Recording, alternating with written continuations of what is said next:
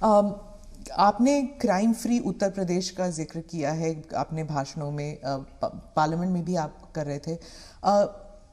आपने कहा कि समाजवादी पार्टी जो है वो दंगाइयों की पार्टी है। आपने और योगी जी ने कहा कि गुंडे हैं उस पार्टी में।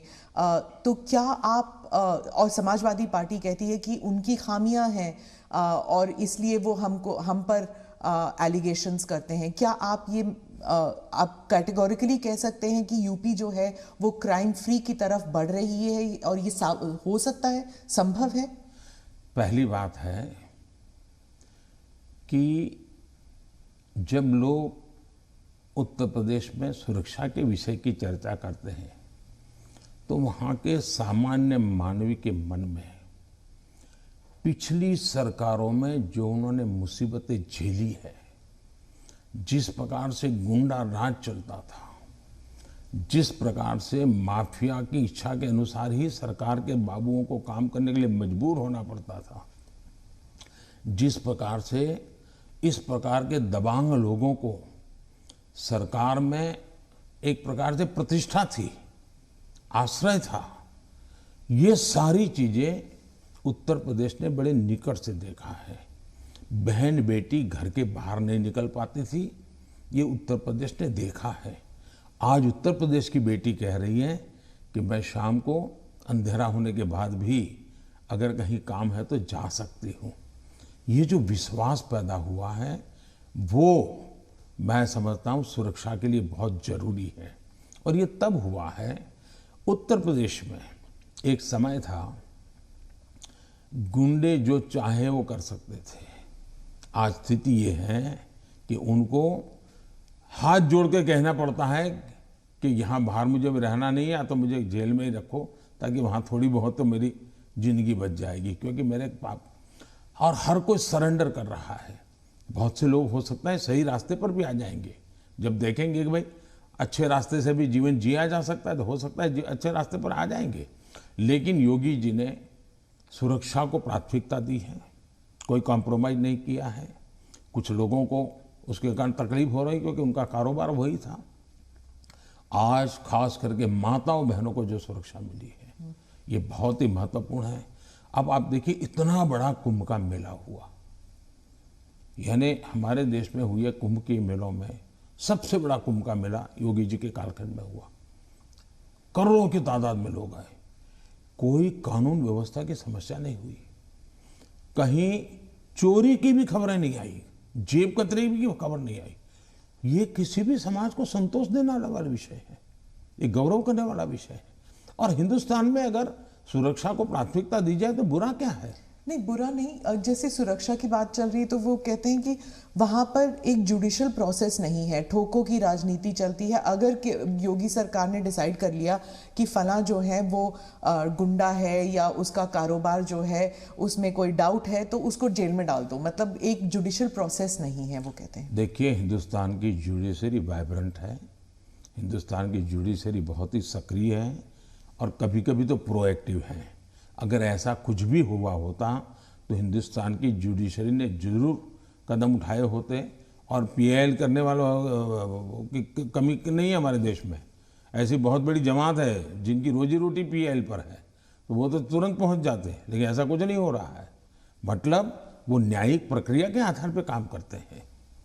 पर जैसे जैसे लखीमपुर खेरी का इंसिडेंट हुआ था और वो टेनी अभी भी जो हैं वो he still an important person BJP के लिए। तो ऐसे कई इंसिडेंट्स हैं, उसको लेकर जो वहाँ पर जो समाजवादी पार्टी है it has been successful in saying कि अगर कोई बीजेपी के साथ है तो वह वाइट वॉश हो जाते हैं उनके सारे क्राइम्स। मैं यही तो कह रहा हूँ कि सुप्रीम कोर्ट जो कमेटी बनाना चाहती थी राज्य सरकार ने सहमति दी। सुप्रीम कोर्ट जिस जज के नेतृत्व में तपास करना चाहती थी राज्य सरकार ने सहमति दी। राज्य सरकार ट्रांसपेरेंसी से काम कर रही है, तभी तो सुप्रीम कोर्ट की इच्छा के अनुसार सारे निर्णय करती है। आप डबल इंजन सरकार के बारे में काफ़ी बारी कह चुके हैं अपने स्पीचेस में। डबल इंजन सरकार से आप विश्वास जगाना चाहते हैं इलेक्टोरेट में कि विकास जल्दी हो जाएगा अगर दोनों तरफ मतलब सेंटर में भी और स्टेट में भी बीजेपी की सरकार रहेगी।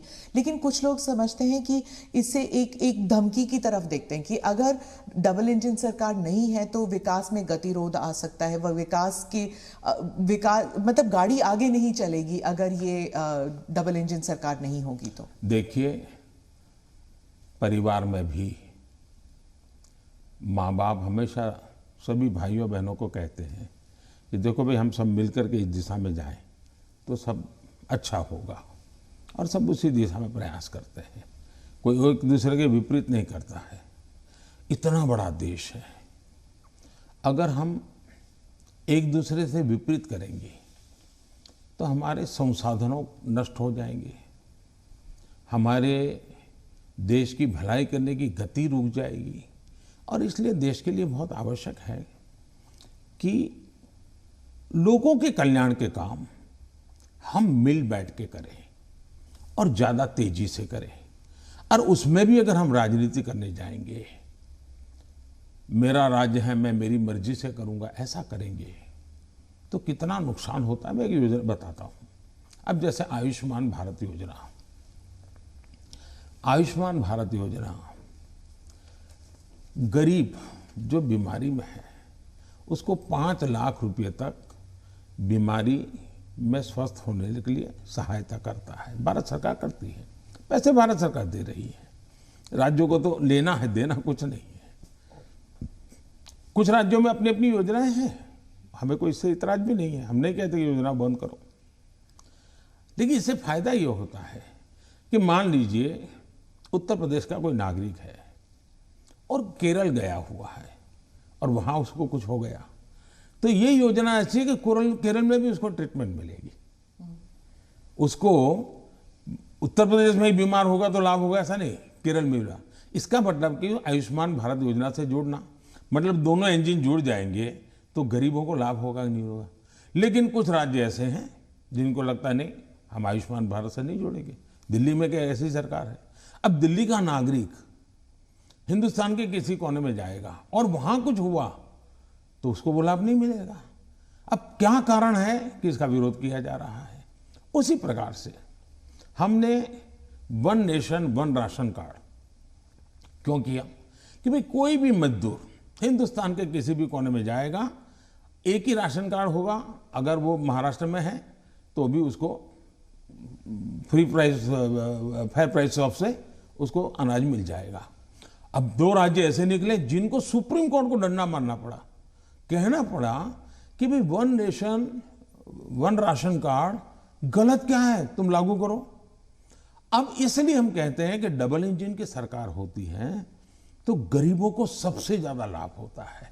अब जैसे जीएसटी कानून आया, पहले हमारे देश में हर जगह पर टैक्सेशन की सिस्टम इतनी अलग अलग थी कि विदेश के निवेशक जो होते थे उनको बहुत दिक्कत होती थी। भाई हमें एक राज्य में अगर कारखाना लगाते हैं तो हमें वहाँ इस प्रकार का प्रॉब्लम होता है, दूसरे में लगाते हैं तो दूसरा होता है।